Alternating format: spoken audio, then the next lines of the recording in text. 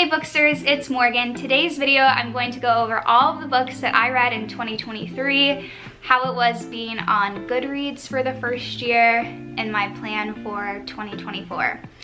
So I didn't get super into reading until about mid-year when I joined a book club, so my total count as of today, December 31st, 2023, is 35 books for the year. By the time that I started reading, I was averaging about a book a week, which I feel pretty comfortable with, considering that I do have a job and I also am going to school. So I think it was a pretty good scoring. Definitely next year I want to increase it, but I feel like 35 for the year is good. Let's go over all of the books that I read, my rating system. Just to preface this by saying I definitely feel like I'm in the romance fantasy genre, so my rating system will probably be related to qualities of that genre. So to start, I read the first 3 Harry Potter books. My parents were super religious when I was growing up. I don't know if anyone had parents like that, but they wouldn't let us read the books or watch the movies.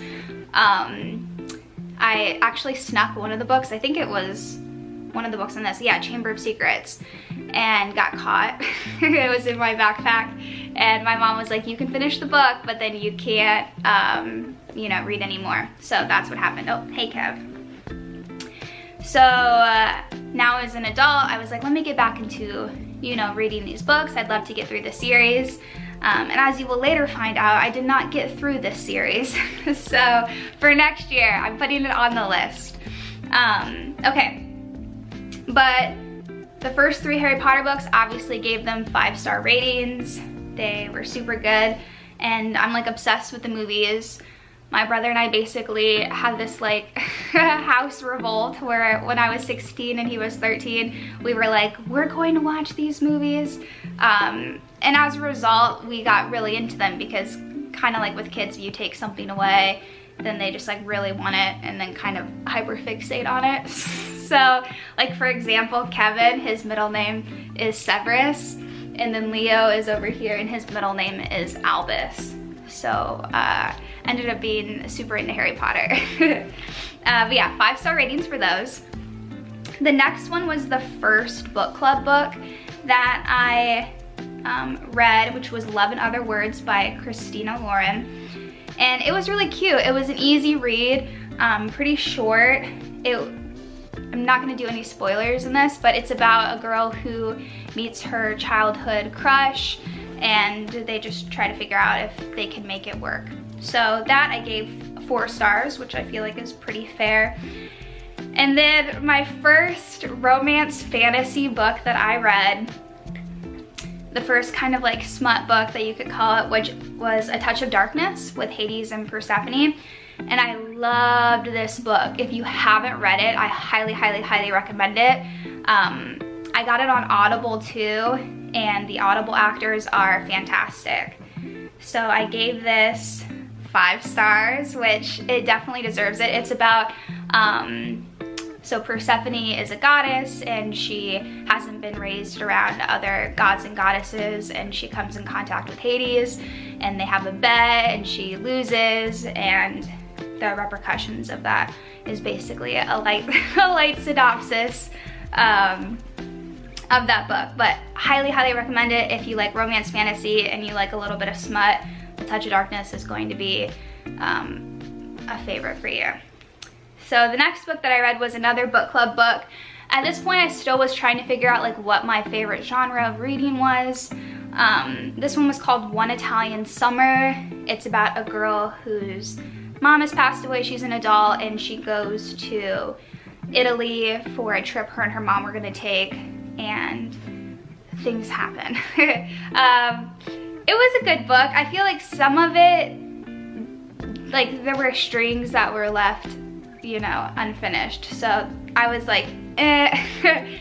I'm an easy person to impress with books. So that's why I think this rating is super funny, because usually I'll rate things like 4 stars, 5 stars, 3 stars, and I gave this one 2 stars. So that's actually super funny to me.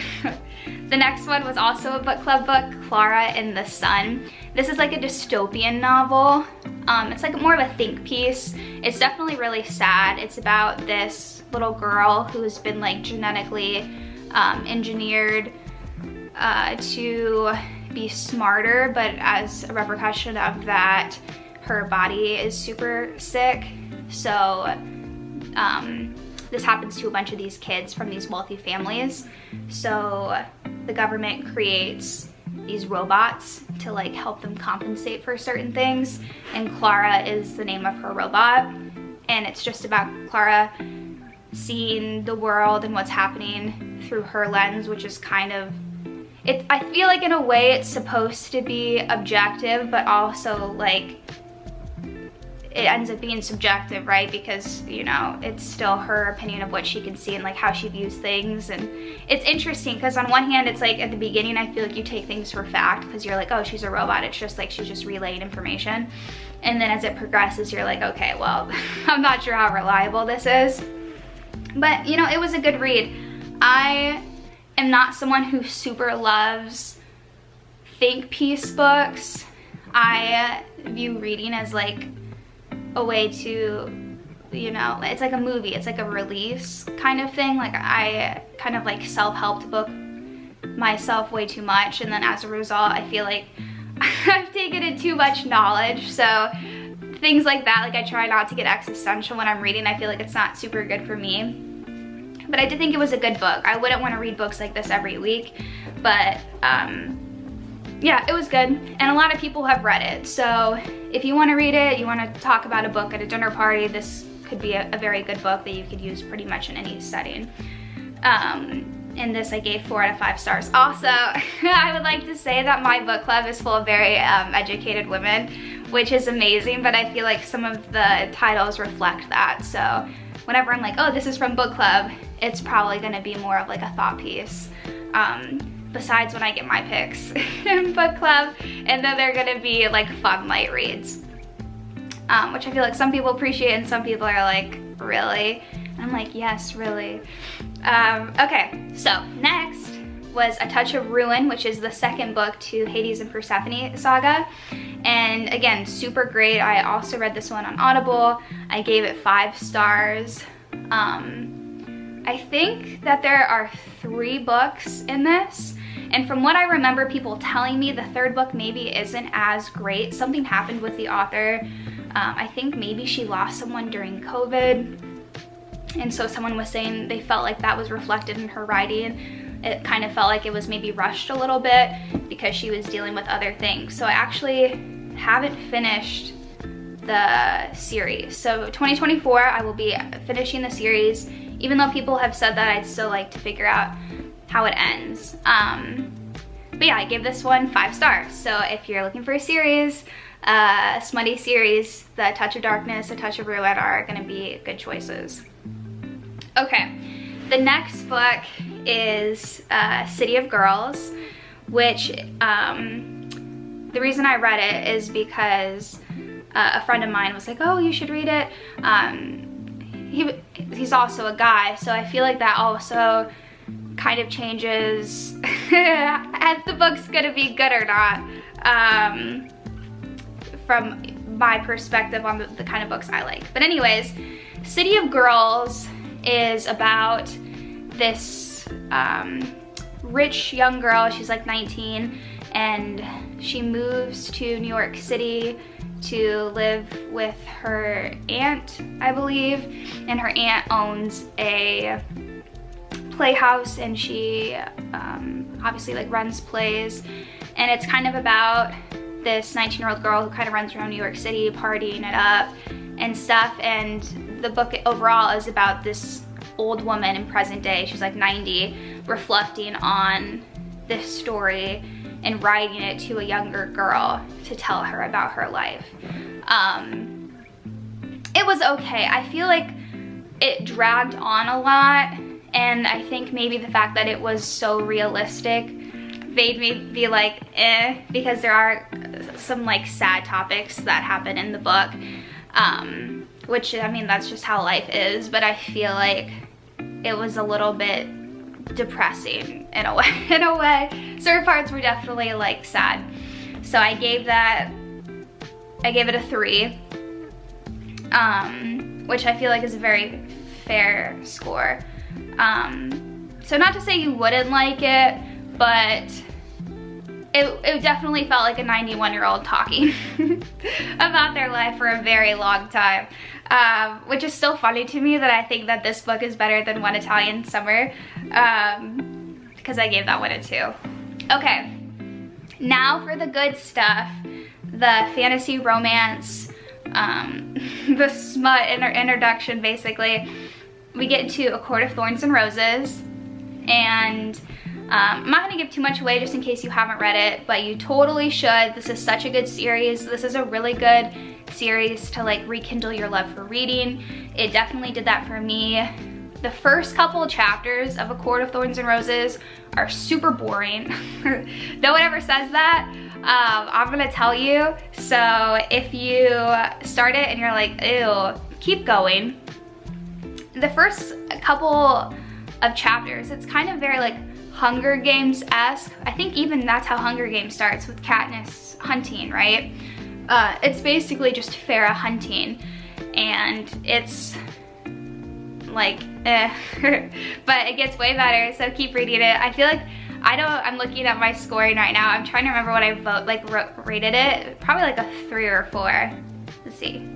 I gave it a 4, which, yeah, again, the beginning was so slow. I almost stopped it. Because between that and people being like, it's about fairies, I was like, okay. But I'm glad I kept going. So I always recommend that. Like, don't give up on a novel until you're like halfway through. Okay, so then we continue with A Court of Mist and Fury, 5-star. A Court of Wings and Ruin, 5-star. A Court of Frost and Starlight. This is a hot take, because a lot of people don't like this book. It's kind of like a Christmas special of A Court of Thorns and Roses. Like, nothing super big happens. It's really light read. Like, I loved it. I thought it was nice. I just wanted to know what the characters were up to. Some people hate this book. Some people are like, this book is pointless, yada yada, whatever. That's not me. I love a light read. I love no war scenes. So I gave this a 5, which is funny because I know a lot of people are like, low score. Yeah, like even on GoodReads, it's rated 3.78. Then we get into A Court of Silver Flames, which I actually didn't super love. I don't love Nesta as a character. I think she's super whiny. And I know like people will fight me on that, so that's my opinion. I'll make a video about why I don't like Nesta later. It's largely related to her being an oldest sister and me being an oldest sister, and just like, I can't comprehend letting my siblings starve and just like being like, well, I'm like showing my dad, like, okay, well, you know, that's not worth other people starving over. But yeah, so I probably give that a 4. Oh no, I gave it a 5. Okay, I was feeling generous. Okay, so finished the A Court of Thorns and Roses series. Then we move on to Throne of Glass. Throne of Glass is definitely more like war-ish, and I don't super love that, so I feel like that might be reflected in my rating. Yeah, so the first Throne of Glass novel I gave a 3. Crown of Midnight, also a 3. I think Heir of Fire is when it starts picking up. Yeah, I gave it a 4 because the ending was really good. Assassin's Blade, I did not like. I gave it a 2. I read it, the romantic read, where you read it after Heir of Fire. I don't think it really would have changed had it been read at the beginning. I just thought the stories were really long, and I understand that they connect later, but not in a way where I was like super impressed. I was like, is this going to finish or what? Okay, so then Queen of Shadows, I think, is when I start rating it high, because it involves Dorian, who's my favorite character. Everyone has a book boyfriend in each series. Mine is for sure Dorian. I don't hate Rowan. I think Kale's annoying, but Dorian's my favorite and deserved a better ending, but I'll make another video about that. So yeah, Queen of Shadows I gave 5. So Empire of Storms, which is next, I gave 3. Tower of Dawn, 2.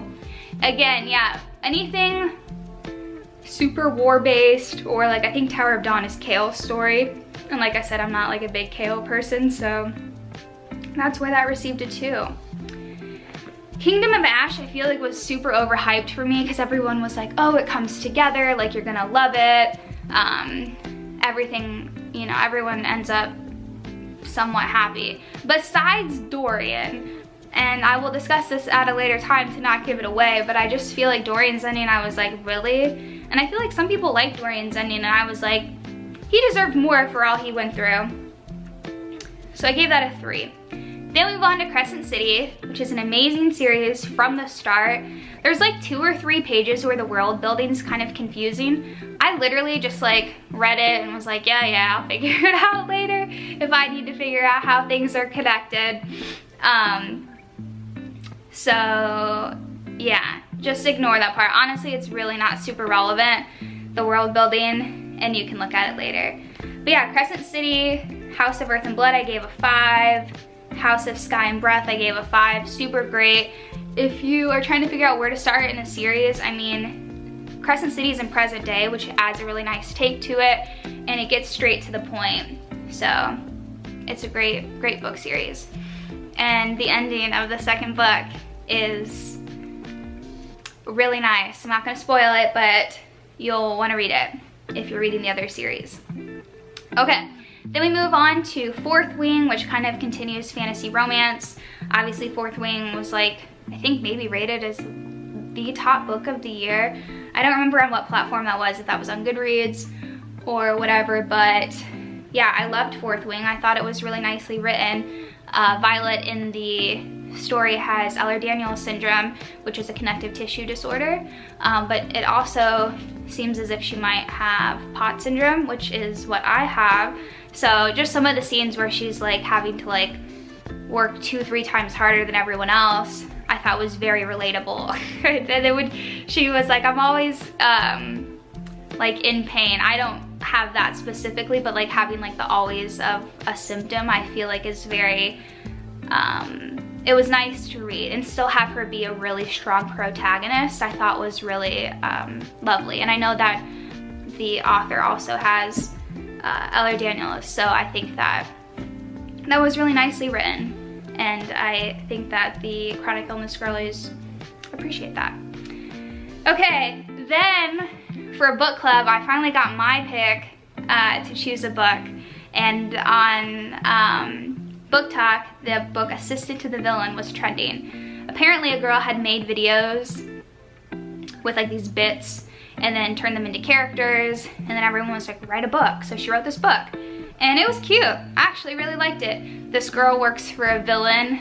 I saw someone do like a review of it where it was showing how like the villain was showing like autistic traits, and then how the main girl was showing ADHD traits, and how that was kind of an interesting take on it, which I feel like is very reflected in how they talk, but it was cute nonetheless.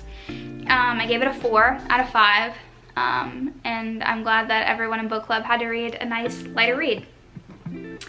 Okay, so then Iron Flame came out. I went to the Iron Flame party. It was amazing, and I loved how it was written. I gave it a 4 out of 5.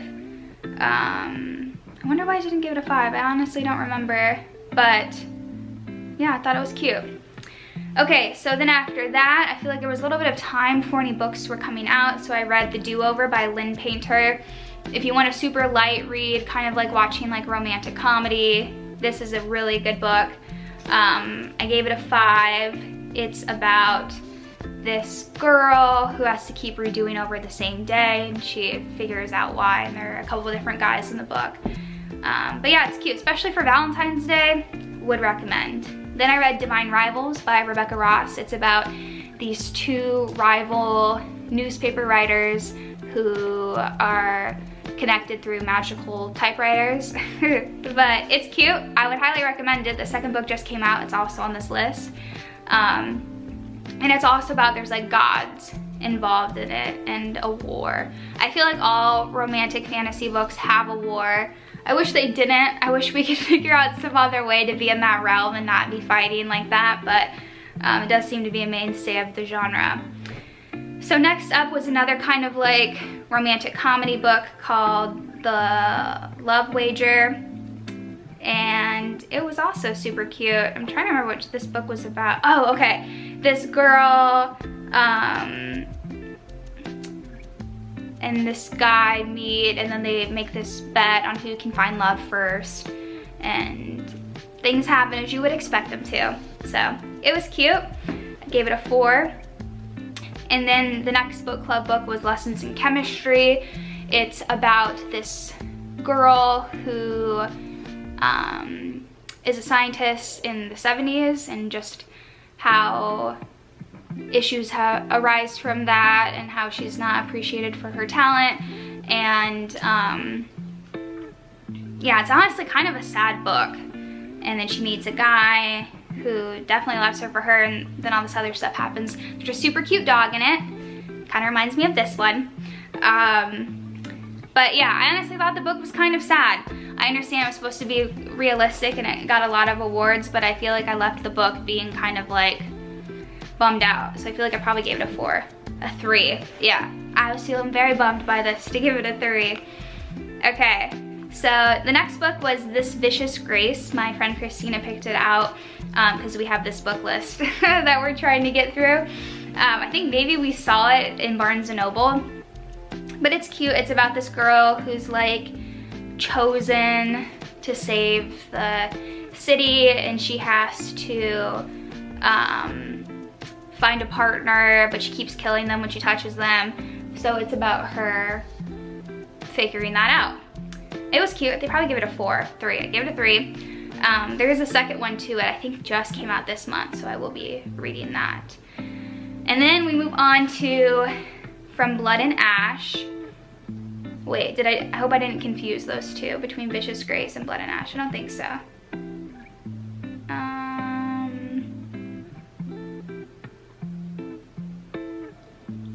Okay, I'm hoping I'm not confusing those two.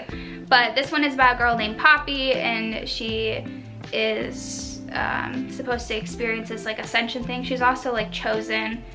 And then we just kind of figure out what the ascension is, and she deciding if she wants to stay or if she wants to do her own thing. It's very similar to The Vicious Grace, which is very interesting that I read them back to back. But it was a good book. There's like 5 books in the series. It wasn't really smutty, not super smutty, but I have heard as it continues it does get sexier, so something to keep in mind. I will be continuing with the series in 2024. I gave that a 4 out of 5. And then my last 2 books, Ruthless Vows, which is the second one to Divinerivals. It just came out on the 26th. I did a book review for it, so if you want to see it, go watch it. It's actually right here, and it's cool. This one's from Target. There's 2 kinds. There's this one, and then there's the Barnes & Noble one. And the Barnes & Noble one is black, and then if you take off the cover, they say different things. So the Barnes & Noble one is a black book with a quote from Roman, and then the Target one is this typewriter, and it says Dear Roman. And I actually think that's super cute. So I love this one. And yeah, I thought it was really good. I gave it a 4 out of 5. And then my last book, which I finished today, was Ballad of Songbirds and Snakes, which is the Hunger Games prequel. And I saw the movie. You have to go see the movie. It is so good. I am not usually attracted to blonde boys with buzz cuts. When this boy cut his hair and he was like, oh my gosh, there's so many TikToks where these girls are like, I would have taken him back and stuff like that. So funny. Like, the TikToks on this movie are hilarious. The book is good. I honestly thought the book really followed the movie. I didn't see a ton of stuff. Like, obviously there's more time in the book, but the movie was pretty long. I want to say maybe like 3 hours. So I feel like they did a good job. People were also saying like, oh, well, in the book, like, you don't relate to him. Like, throughout it, he's just kind of a bad guy. I didn't really see that. I just kind of saw it as this boy has been in poverty for so long that he's really in like a survival mindset. And so like when he sees these rich kids doing dumb things, like he's just thinking, you know, like you're reading it from his mind's perspective. So of course he's gonna like sound like a dick, you know. I don't think that that's inherently wrong.